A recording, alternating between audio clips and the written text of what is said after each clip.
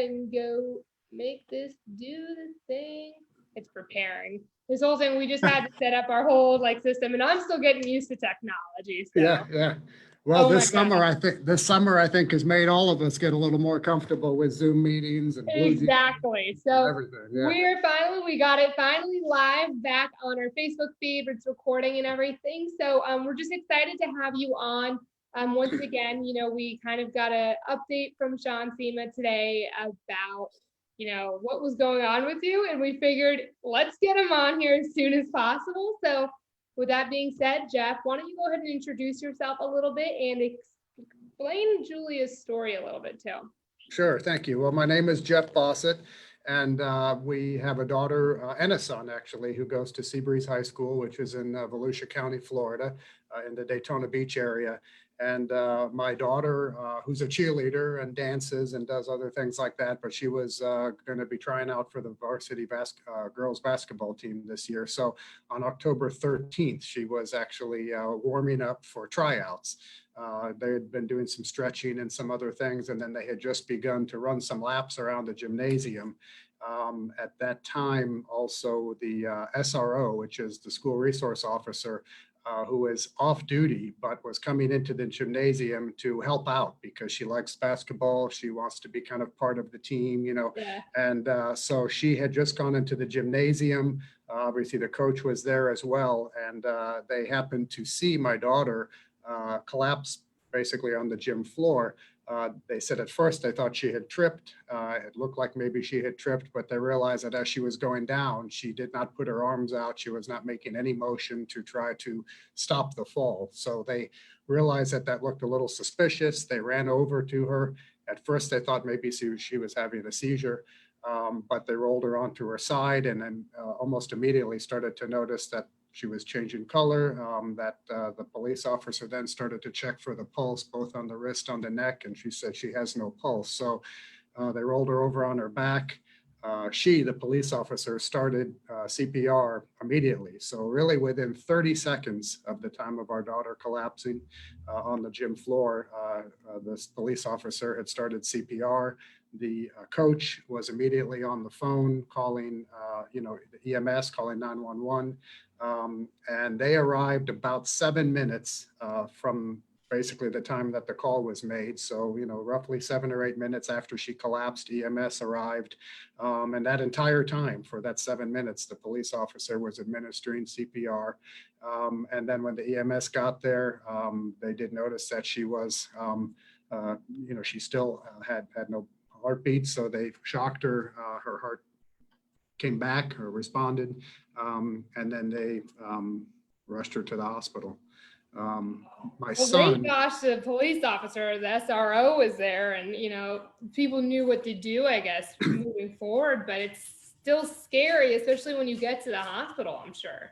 Yeah, well, and my son was there. He happened to be playing football. He was at football practice, and they went out to tell him something had happened to Julia. So he came in to the gymnasium and actually saw them doing CPR on her and saw them shock her. So, to this day, I'm still not sure I can understand how somebody can see that happen to their son, to their son or daughter, but even more so to their brother or sister. But he witnessed that.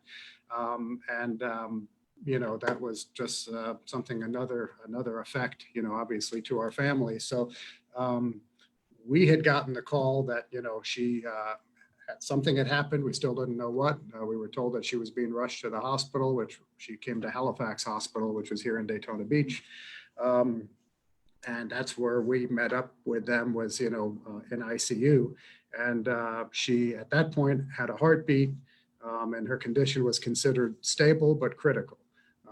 She was not alert. She was intubated. She had a breathing tube. There was no movement.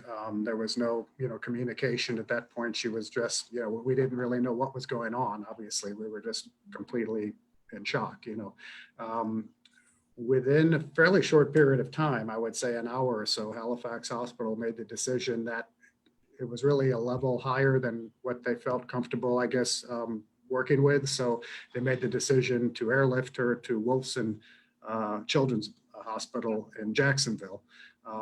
So they sent a chopper down from Jacksonville, and then they airlifted her from Halifax up to Jacksonville. So when she left the hospital, which was probably 4 hours after she had arrived there, there still was nothing really but just a heartbeat. I mean, we still really had no good feeling, quite frankly, about what our daughter's outcome was going to be.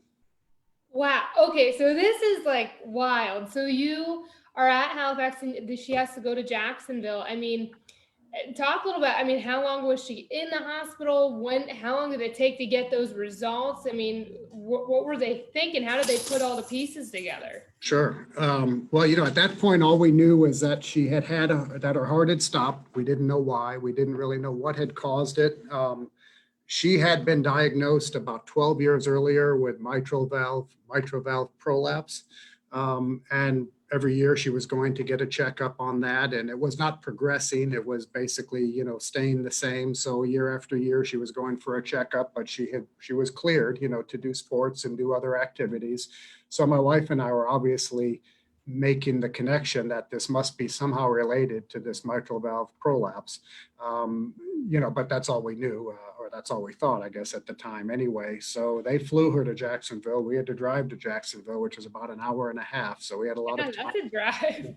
to think about, all kinds of scenarios, and most of them were, positive. And then we get there, and of course, with COVID restrictions, there was very limitations on who could go into the hospital. So my son actually had to stay outside of the hospital on a park bench, right out in front of, they wouldn't even let him into the hospital. He had to actually sit outside on a park bench while my wife and I went inside, and we were able to get into the cardiac ICU unit, where she was.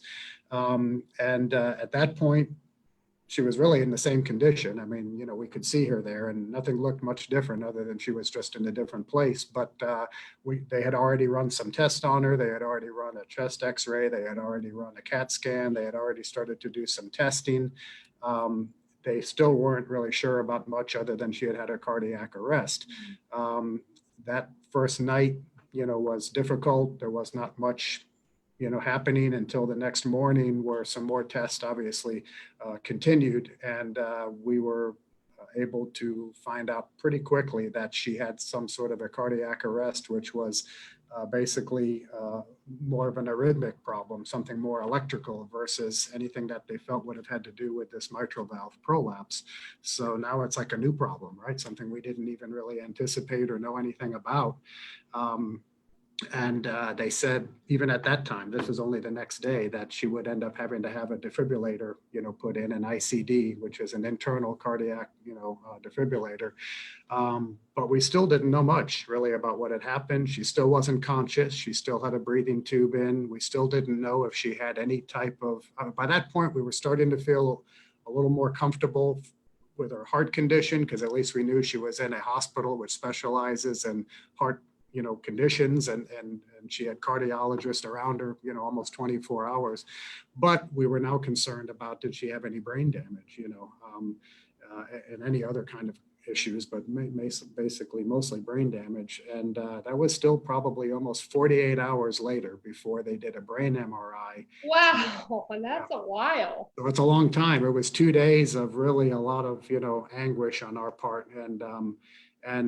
But when the brain MRI came back, fortunately, the neurologist came in and said that it was clear, it was completely clean, that they didn't see any evidence of any kind of brain damage. He credited the immediate CPR for that, because he said that, with that quick CPR and keeping the blood moving and keeping oxygen, moving through the body and into the brain, that really would be absolutely the credit to the fact that she would come out of this really with no brain damage whatsoever. They expected her to have a full recovery from a neurological standpoint, That was a huge sigh of relief for us, because even though there was still a lot of unknowns, a lot of tests yet to go, and a lot of things that a lot of questions we didn't have answered. You had one thing answered. We had one thing answered, which was huge for us, because quite frankly, we were picturing, the worst, that maybe she would spend the rest of her life in a nursing home or something like that, So we started to feel a lot better then, but there was still so much more to go,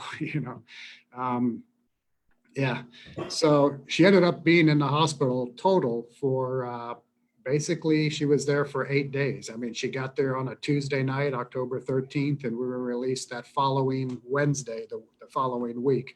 She had the ICD put in on a Monday.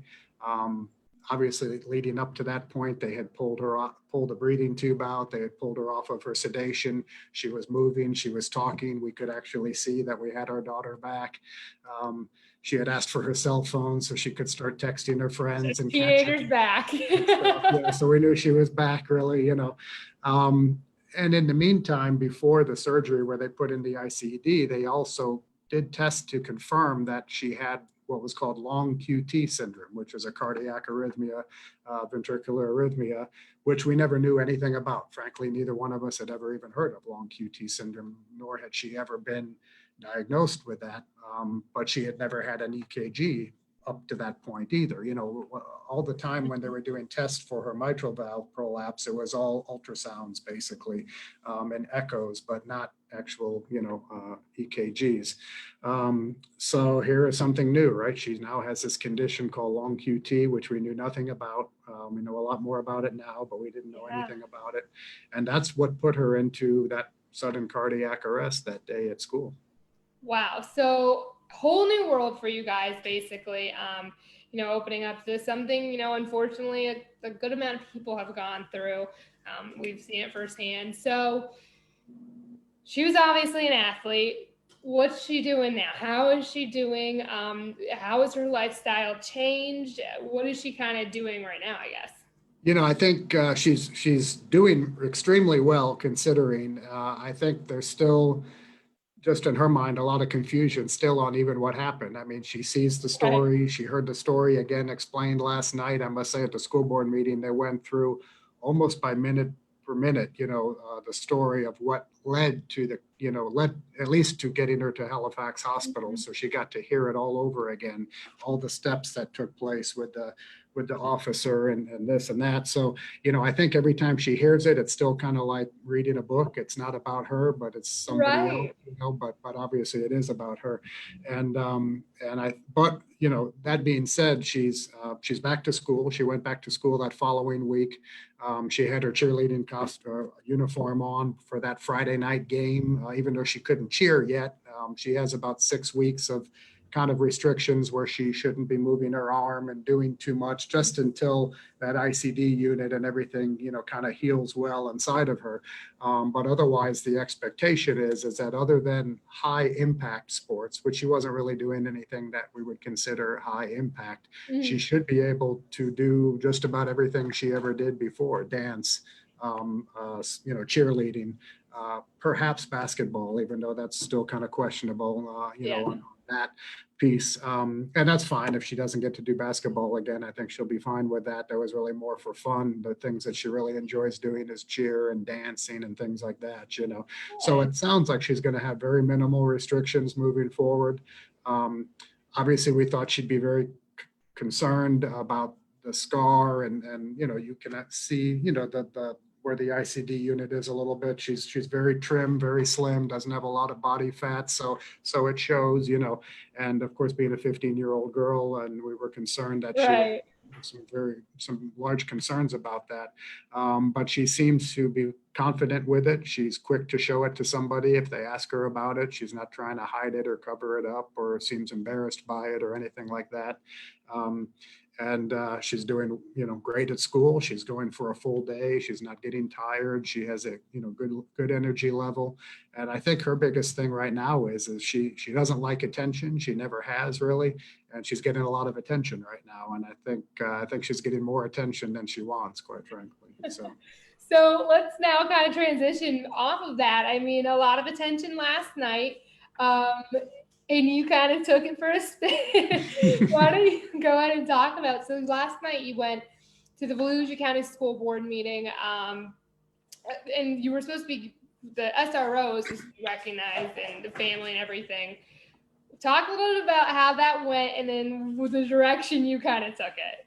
Sure. Well, that was obviously while we were there, and that was an important part of the evening. But while we were there, and we had all the ears of some very prominent, school board members and other people that were in the audience, not exactly sure what the roles are, but, they were there as well. I thought it was, an opportunity for us to at least share three, and I don't even want to say concerns, but three, things, issues that we would like to see just have more attention. None of these are complaints. None of these are things that, we believe in any way, shape, or form that the school board or the state is doing wrong. We just would like to draw attention to maybe things that should be done more, that some awareness that should be brought to things that might not be really in the forefront right now. And we just want to be part of that effort to try to bring those things to awareness. We are completely confident with the safety of our kids when they're in school, and obviously, with the safety officer there and the things that took place, gives us even more reason to feel very confident. But it brings to light that CPR, number one, is what saved her life. I mean, ultimately, with the medics getting there and giving her the shock with the AED, was life-saving for sure, because they had to get her heart started again at some point for sure. But for those 7 minutes of not having a heart beating on its own, and that CPR is absolutely was a critical part of not only saving her life, but certainly saving her life without any brain damage. So we believe really everybody, not even just in the school system, but any person who's physically and mentally capable of doing CPR should know how to do CPR, should know how to recognize when somebody is in some sort of cardiac arrest or other type of health condition where they need CPR, and then be able to effectively and quickly administer it. So we obviously recognize that more than ever before. So in the case of a school, and in this case where she was at school, we were so blessed that this officer happened to be there, and we understand the coach and coaches are also, trained in CPR, but I don't know who else is. And our feeling is any adult who's at a school, no matter what their capacity is, whether they're a coach, whether they're a nurse, whether they're in athletic trainers, or whether they're just an administrator, everybody should be trained in CPR. We'd love to see every child trained in CPR, but let's start at least with, adults that are part of the system, if you will, and that's one thing that I wanted to call out for sure, because that was absolutely critical. The seconds there were absolutely critical. The other thing are AEDs, the defibrillators. They have them at the schools. I don't know, some schools might have 1, 2, 3. I don't know how many they have. I don't know where they have them, and I don't know how accessible they are. But as long as they're there and they're accessible and people know that resource is available, obviously that's something that I walk by them sometimes in public places, and quite frankly, I don't know that I'd think of going to it if I saw somebody have a problem. And that's scary to think that they're there on a wall in a public place, an airport, wherever you might be. In many cases, they're available, and yet I don't think most people even know what to do with them. And then our last thing was going back to this long QT syndrome. That's one cardiac condition, and there's many others that can be traced or can be found through an EKG. And had she had a reason to have an EKG prior to this, we would have known that she had this long QT syndrome.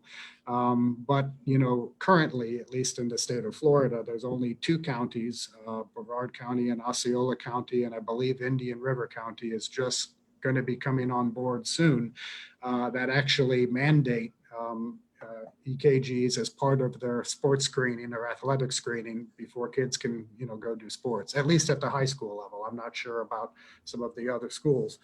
And what we would like to see is every county in the state, make that as a mandatory part of the athletic screening, because not only would we have known in this case that our daughter had it well in advance of her ever having an issue, it obviously would benefit so many other people, that are in the same scenario. So I was able to get those 3 kind of points out there, that those are things that we would like to see and draw attention to. And nobody cut me off. We had, I had enough time to get out what I wanted to get out, and was very sincere about it. And the responses that we got from everybody there afterwards was also very sincere, and I was appreciative of that.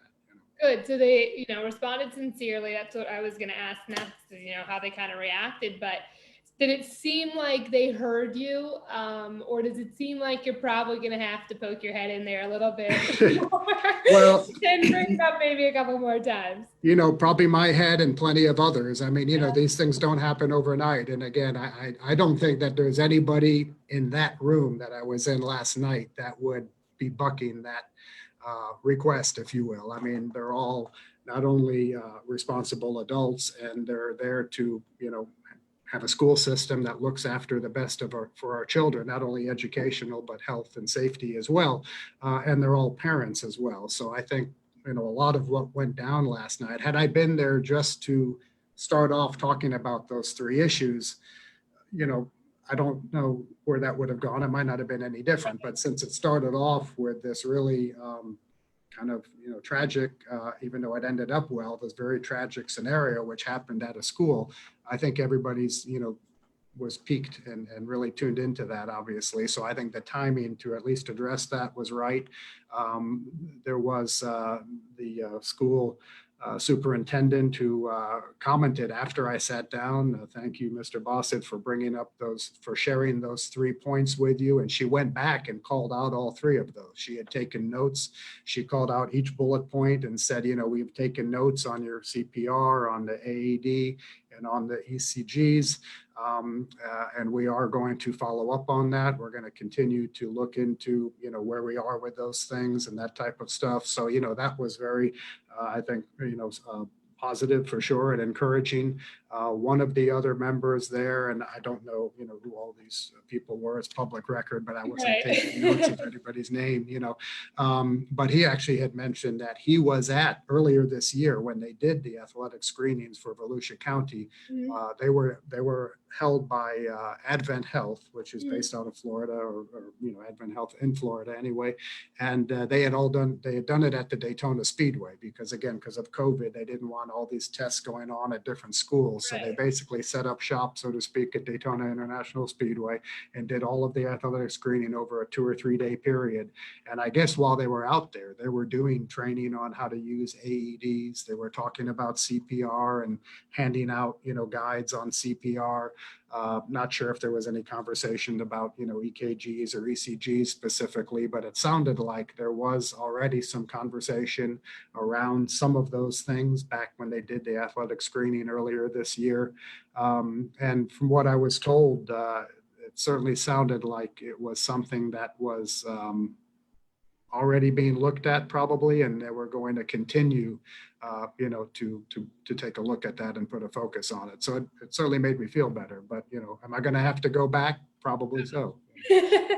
Right. And so, as an organization who we play for, really has been behind, getting Brevard County, getting Osceola County, getting the required heart screenings or ECGs, EKGs there. And obviously our target is to get as you were just saying, to get every single county in the state of Florida to have these required heart screenings.